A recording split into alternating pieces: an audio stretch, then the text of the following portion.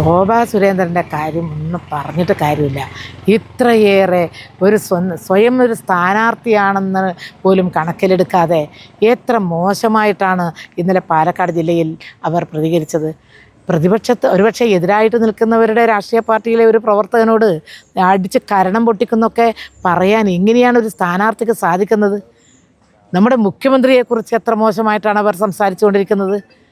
എതിർ സ്ഥാനത്ത് നിൽക്കുന്ന രാഷ്ട്രീയ പാർട്ടിയിലെ പ്രവർത്തകരോട് എത്ര അപക്വമായിട്ടും എത്ര ധിക്കാരവും ധാർഷ്ട്യവും നിറഞ്ഞ രീതിയിലാണ് സംസാരിക്കുന്നത്. സാധാരണ നമ്മുടെ നാട്ടിലൊരു ചൊല്ലുണ്ട്, ഈ ധാർഷ്ട്യത്തിനും ധിക്കാരത്തിനും കയ്യും കാലും വെച്ചതുപോലെയെന്ന്. ശോഭാ സുരേന്ദ്രൻ എത്രയോ തവണയായി മത്സരിക്കുന്നത്. ഈ തവണ ഒരു തവണയും ജയിച്ചിട്ടുമില്ല. അപ്പോൾ പരാജയപ്പെടും എന്ന് കണ്ടു കഴിഞ്ഞാൽ എന്തും കാണിക്കാം. എന്നിട്ട് വോട്ടിന് കാശ് കൊടുക്കുക, വോട്ടിന് സാരി കൊടുക്കുക, എന്തെല്ലാം പ്രലോഭനങ്ങളാണ്. ജനാധിപത്യത്തെ ഇതുപോലെ കശാപ്പ് ചെയ്ത ഒരു സന്ദർഭം ഉണ്ടായിട്ടുണ്ടോ?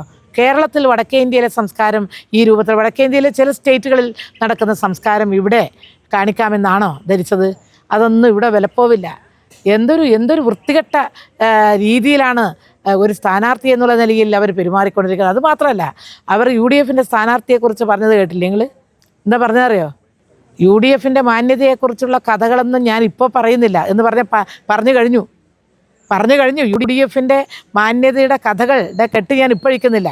ഞാൻ 10-ാം തീയതി എൻ്റെ അടുത്ത് വന്നിട്ടുള്ള ഒരു വ്യക്തി തിരിച്ചു പോയിട്ടുണ്ട്. ഞാൻ 10-ാം തീയതി ഇത് തുറന്നു പറയുന്നതാണ്. പക്ഷേ ഒന്നും കോൺഗ്രസ്സുകാർ ഒന്നും പ്രതികരിക്കുന്നത് കേട്ടില്ല. ഇത്രയും മോശമായ ഒരു അപവാദം UDF സ്ഥാനാർത്ഥിയെക്കുറിച്ച് പറഞ്ഞിട്ട്, എന്നാൽ സ്ഥാനാർത്ഥി പറയണ്ട, പക്ഷേ അതേസമയത്ത് സ്ഥാനാർത്ഥിയോടൊപ്പം നിൽക്കുന്ന കോൺഗ്രസിൻ്റെ പ്രവർത്തകർ പ്രതികരിക്കണ്ടേ? ഒരു പ്രതികരണം ഉണ്ടായിട്ടില്ലല്ലോ.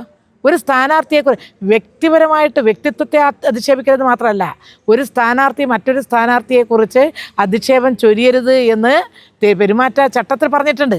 എന്നിട്ടും അതിന് കേസ് കൊടുക്കുന്നതിനോ അല്ലെങ്കിൽ പ്രതികരിക്കുന്നതിനോ കോൺഗ്രസ്സുകാർ തയ്യാറായില്ല എന്ന് പറഞ്ഞാൽ അതിൻ്റെ അർത്ഥം എന്താ? അത് മോശമായിപ്പോയി അത് ചെയ്യാതിരുന്നത്.